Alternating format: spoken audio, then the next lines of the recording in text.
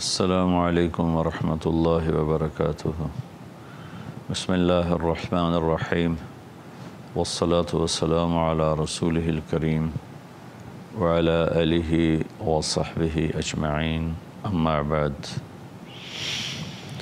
اللہ تعالیٰ کے فضل و کرم سے رمضان عافیت سے اللہ نے گزروایا۔ آج 28واں روزہ ہے، کل 29واں ہوگا۔ ممکن ہے اس سے اگلے روز عید ہو یا اس سے اگلے روز۔ جتنا کچھ ہوا اس پہ اللہ کا شکر ادا کیا جائے۔ جو کوتاہی ہوئی جان بوجھ کر، خطا سہون، اس سے اللہ پاک کی بارگاہ میں معافی مانگی جائے کہ اللہ کے نبی کا فرمان ہے، ما اسر من استغفر وإن عاد فی اليوم 70 مرہ۔ دن میں 70 دفعہ بھی گناہ ہو، لیکن اگر آدمی توبہ کر لے تو اللہ کی بارگاہ میں مجرم نہیں ہے، وہ بھی اللہ کے بھلے اور نیک بندوں میں شامل ہے۔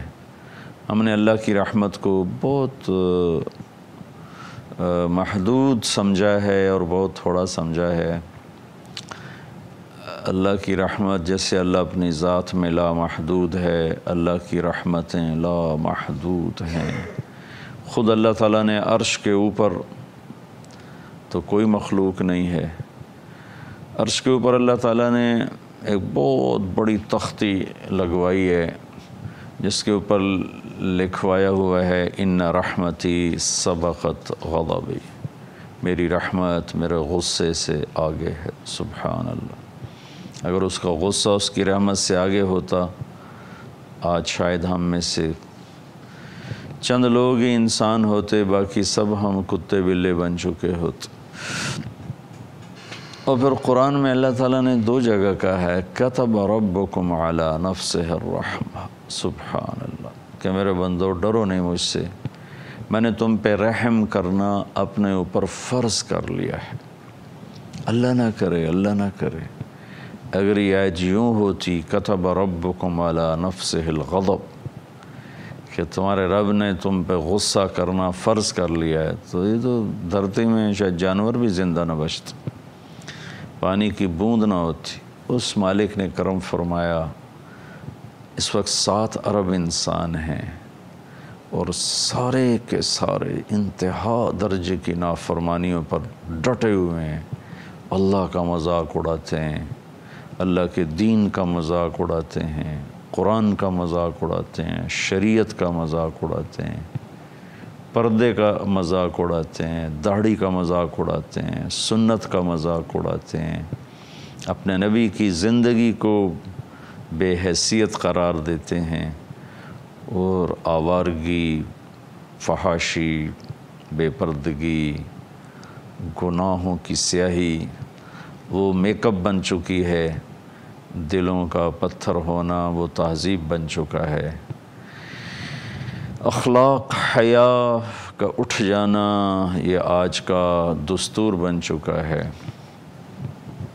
قربان جاؤں صلی اللہ پہ جو اپنی رحمت کو غصے سے آگے رکھے ہوئے ہے، اگر اس کا غصہ اس کی رحمت سے آگے ہوتا تو شاید ساؤتھ امریکہ سے ساؤتھ افریقہ تک اور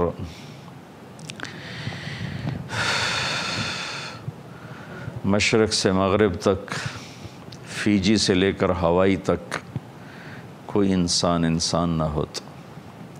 اللہ کا شکر ادا کیا جائے، اس کی رحمت ہم پر بارش کی طرح برس رہی ہے۔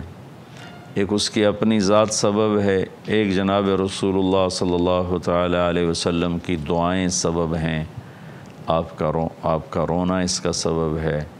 ہم 2 رحیم ذات کے اندر آ گئے ہیں۔ اللہ اپنے بارے میں بھی کہتا ہے رؤوف الرحیم قرآن میں، اور اللہ اپنے حبیب کے بارے میں بھی فرماتا ہے بالمؤمنین رؤوف الرحیم۔ تو ہم 2 رحیم ذات کے درمیان ہیں، تو ہماری کفایت ہے اور ہم دنیا میں چل رہے ہیں۔ اگر تھوڑا سا بھی غضب کی جھلک ہوتی تو پتہ نہیں آج کوئی انسان ہوتا بھی صحیح کہ نہیں۔ شکر ادا کریں، جاتا ہوا رمضان ہے، اور ایک رات رہ گئی ہے طاق جو آ جانے والی ہے، اس میں بھی جاگ لیا جائے، اور اللہ کرے اس سے اگلا دن عید کا ہو۔ اور اللہ کے نبی عید پر خوشی مناتے تھے، ہمیں بھی خوش ہونا ہے کہ اللہ نے ہمیں روزوں کے بعد ایک ملنے کا دن دیا ہے۔ اس دن میں نفرتوں کو بھلا دیا جائے، رنجشوں کو بھلا دیا جائے۔ جن سے آپ روٹھے ہوئے ہیں آپ خود ان کے گھر چلے جائیں، ان کو جا کے سلام کر لیں۔ جو آپ سے روٹھے ہوئے ہیں ان کے گھر بھی آپ خود چلے جائیں، اللہ آپ سے بہت راضی ہوگا۔ ہزاروں نفلوں پر، ہزاروں لاکھوں نفلی روزوں پر یہ آپ کا صلہ رحمی کا عمل بھاری ہو جائے گا۔ اور ویسے بھی میرا دیس نفرت بغض سینہ پک گیا ہے، دیکھ دیکھ کے، سن کے۔ مذہب کے نام پہ عجیب و غریب نفرت ہے، سیاست کے نام پر ہے، رشتوں ناتوں کے نام پر ہے، قومیت پر ہے، صوبوں پر ہے، زبانوں پر ہے، عجیب و غریب حال ہے۔ اللہ اپنا فضل فرما دے، شاید کسی رونے والی کی طفیل اللہ تعالیٰ پوری قوم کا بیڑا پار کر دے، اور پوری امت پر جو حال ہے، جس طرح لاشیں گر رہی ہیں، معصوم بچوں کے پرخشے اڑ رہے ہیں، اس سب سے نکلنے کا ایک ہی حل ہے کہ ہم سب اللہ کی بارگاہ میں جھک جائیں، توبہ کریں۔ یونس علیہ السلام کی قوم پہ عذاب آنے لگا تو سب سجدے میں گر گئے، اللہ نے عذاب اٹھا دیا۔ تو عید کا موقع ہے، ہم خوشی سے ملیں، کھلے ماتھے ملیں، ایک دوسرے کو معاف کر دیں۔ خاص طور پر جو قریبی رشتے ہیں، خون کے رشتے، بہن بھائیوں کے، خالہ، چاچا، ماموں، پھوپھی، یہ جو ماں باپ سے جو رشتے وجود میں آتے ہیں، خاص طور پر ان کو معاف کر کے خود جا کر ان کے گلے لگ جائیں۔ زیادتی بھی کی ہے تو معاف کر دیں۔ تو میرے نبی کا اس پر وعدہ ہے کہ جو صلہ رحمی کرے گا وہ جنت الفردوس میں ایک اعلیٰ درجے کی جنت ہے، جس میں اللہ تعالیٰ اس کو داخل فرمائے گا، اور وہاں شہید نہیں جا سکتا، اور وہاں بڑے بڑے نیکوکار نہیں جا سکتے۔ وہاں 3 آدمی جائیں گے، ایک عدل کرنے والا، ایک رشتہ داروں سے اچھا سلوک کرنے والا، اور ایک حلال کمائی میں پوری نہیں پڑتی تھی، حرام کما سکتا تھا، نہیں حرام میں گیا، اور اسی حلال میں گھٹ گھٹ کے زندگی گزار کے چلا گیا، ایک وہ اس میں جائے گا۔ تو میں آپ سب عزیزان جو سن رہے ہیں ان سے گزارش کرتا ہوں کہ عید کا دن رنج بھلانے کا ہو، غصے کو دور کرنے کا ہو، لڑائیاں ختم کرنے کا ہو۔ لوگ ابھارتے ہیں تیری نک نہیں رانی، تیری عزت نہیں رانی، تینوں کہیں پوچھنا نہیں، تو بغیرت ہو گئے، یہ سب شیطانی باتیں ہیں، اور یہ بات کرنے والے ہمارے بڑے ہی نادان دوست ہیں، بہت ہی ناسمجھ دوست ہیں۔ اللہ تعالیٰ ایسی نصیحتوں سے ہم سب کی حفاظت فرمائے۔ تو عید کو ہم خوبصورت بنائیں، ایک دوسرے سے مل کر محبت کے ساتھ۔ نبی پاک صلی اللہ علیہ وسلم عید الفطر میں صبح کچھ کھا کے جاتے تھے، اور بڑی عید قربانی میں کچھ نہیں کھاتے تھے، جا کے نماز پڑھاتے تھے اور آ کے قربانی کا گوشت ہی کھاتے تھے، لیکن عید الفطر میں جانے سے پہلے میٹھا کھاتے تھے، کھجور ہوتی تھی یا کوئی اور ایسی میٹھی چیز۔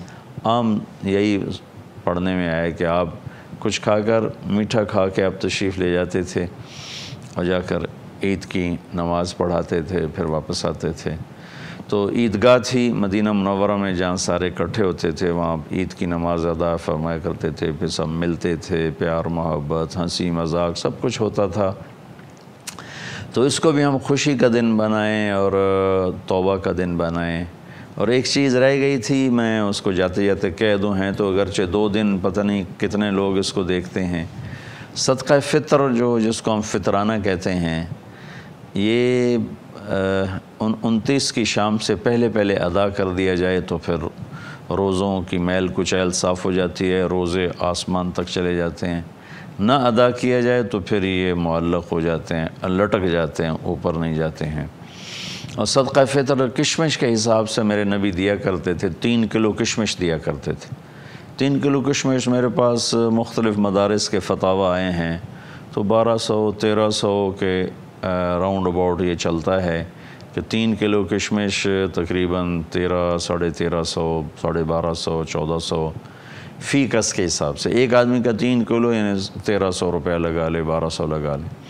کھجور کے حساب سے میں نے وہ ایک مدرسے کا فتویٰ ہے 620 روپے بنتے ہیں، جو کے حساب سے 170 روپے بنتے ہیں، اور گندم کے حساب سے 80 روپے یا 100 روپے ہیں۔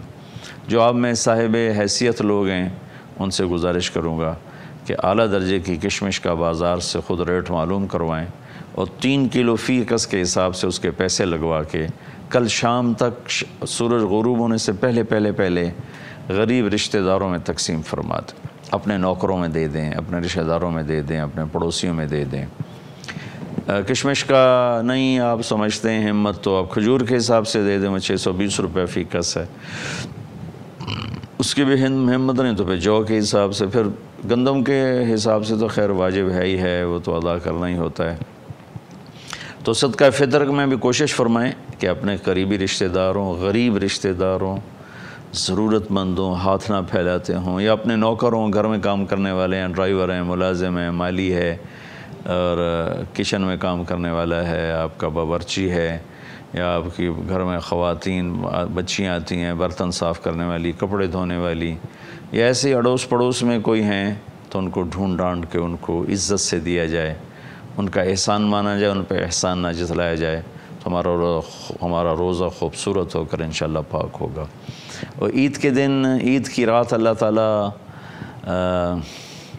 تعالیٰ کے محبوب صلی اللہ تعالیٰ علیہ وسلم نے فرمایا کہ اللہ تعالیٰ فرشتوں سے پوچھتے ہیں کہ مزدور کا بدلہ کیا ہے جو مزدوری کر دے، تو فرشتے کہتے ہیں اس کا مزدوری دی جائے، تو اللہ کہتے ہیں میں نے اپنے بندوں کے روزے اور رات کی تراویح کی وجہ سے سب کو معاف کیا۔ پھر جب صبح عید کا دن ہوتا ہے تو کروڑوں اربوں کھربوں فرشتے زمین پر اترتے ہیں اور عیدگاہ کی طرف لائنیں بنا کے کھڑے ہو جاتے ہیں اور زور زور سے پکارتے ہیں کہ اے امت محمد آؤ اپنے رحیم رب کی طرف، اپنے مہربان رب کی طرف۔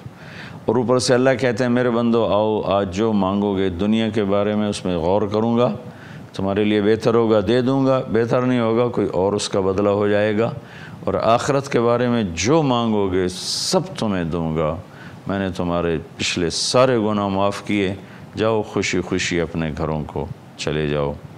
لیکن میں نے پہلے بھی بتایا تھا، پھر دوبارہ دہرا دیتا ہوں، گن دیتا ہوں، 4 آدمی پھر بھی نہیں اس ساری رحمت کا میں کوئی ان کا حصہ نہیں پڑتا ہے، نہ ان کو ملتا ہے۔ ایک شراب پینے والا جب تک توبہ نہ کرے، ایک ماں باپ کا نافرمان جب تک توبہ نہ کرے، ایک رشتہ داروں سے لڑنے جھگڑنے والا، بائی کاٹ کرنے والا جب تک توبہ نہ کرے، اور ایک دل میں بغض کینہ پالنے والا جب تک توبہ نہ کرے۔ تو اللہ تعالیٰ میری بھی، آپ کی بھی، ہماری نسلوں کی بھی ان 4 بڑے عیب سے حفاظت فرمائے۔ رمضان میں ماشاءاللہ آپ نمازیں پڑھتے رہے، ذکر کرتے رہے، قرآن پڑھتے رہے، باقاعدگی سے آتے رہے۔ بہت سے اب ہوں گے میرے بھائی بہن، بچے بچیاں جو ہی عید کا چاند نظر آئے گا تو نماز بھی چلی جائے گی، دوپٹہ بھی چلا جائے گا، اور قرآن بھی چلا جائے گا، ذکر بھی چلا جائے گا۔ ایسی بات نہیں ہے میرے عزیزو، اللہ نے نماز موت تک فرض کی ہے، اور ذکر تلاوت موت تک اللہ نے ہمارے ذمہ لگایا ہے۔